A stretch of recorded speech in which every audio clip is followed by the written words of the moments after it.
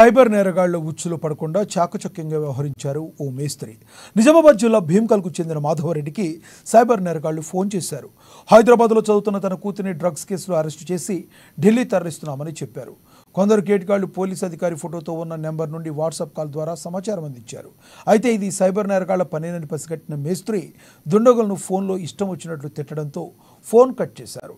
నెంబర్ను బ్లాక్ లిస్టులో పెట్టి వెంటనే భీమ్గల్ పోలీస్ స్టేషన్లో ఫిర్యాదు చేశారు. అనంతరం హైదరాబాద్లో ఉన్న కూతురుకు ఫోన్ చేయగా తాను క్షేమంగా ఉన్నానని చెప్పడంతో ఊపిరి పీల్చుకున్నారు.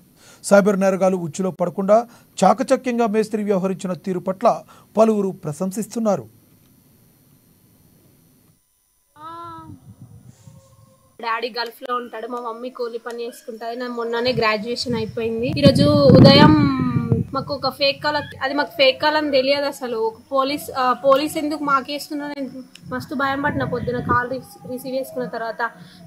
అప్పుడు అతను కాల్ రిసీవ్ చేయగానే ఏమంటున్నాడంటే, మీ డాడీ డ్రగ్స్ కేసులు ఇరుక్కున్నాడు, అతనికి చేతులు కట్టేస్తాం, ఇప్పుడు జైల్లో ఉన్నాడు సౌదీ అరేబియా అని నా నేమ్, మా డాడీ నేమ్ అన్ని వివరాలు చెప్తున్నాడు. అన్ని వివరాలు చెప్పి అప్పుడు నాకు వివరాలు చెప్పకపోతే నాకు అంత భయం అయిపోతుండే. మా డాడీ పేరు నా పేరు చెప్పగానే భయం వేసింది. మీ డాడీ మీ నెంబర్ ఇచ్చిండు, అంజలి అని పేరు అని అంటే, అవును నా పేరు అంజలి. మీ డాడీ నీ నెంబర్ ఇచ్చిండు, మీ డాడీ చేతులు కట్టేస్తాం, మీ డాడీ డ్రగ్స్ కేసులు ఇరుక్కున్నారంటే, ఎందుకు అట్లా వేస్తారు, చేయకండి, ఎందుకు వేస్తారు అనుకుంటా నేను ఏడ్చుతున్నా. ఫుడ్లో ఏడ్చేసిన, నాకు భయం పట్టింది. ప్రొద్దున ఏడ్చేసేటప్పుడు అతను ఏమన్నాడంటే, మీ డాడీకి ఏం చేయొద్దని అంటే, గూగుల్ పే అన్నా ఫోన్ పే అన్నా నంబర్ పంపిస్తాం, మీరు మనీ సెండ్ చేయండి అని అన్నాడు. ఎందుకు సెండ్ చేయాలనంటే, అట్లా చేస్తేనే మేము మీ డాడీని వదిలేస్తాం, లేకుంటే వదిలేయం, చేతులు కట్టేస్తాం అనుకుంటా హిందీలో మాట్లాడుతున్నాడు. అప్పుడు నేనేమన్నా సరే నేను చేస్తా, ఇప్పుడు నా దగ్గర ప్రజెంట్ మనీ లేవు, కొంచెం ఆగండి అంటే, మేము ఆగం, నీ దగ్గర ఎన్ని ఉన్నాయి, ఇప్పుడు అన్ని ఇండియావి 10,000 పంపిస్తే మా డాడీని రిలీజ్ చేద్దామని అన్నాడు.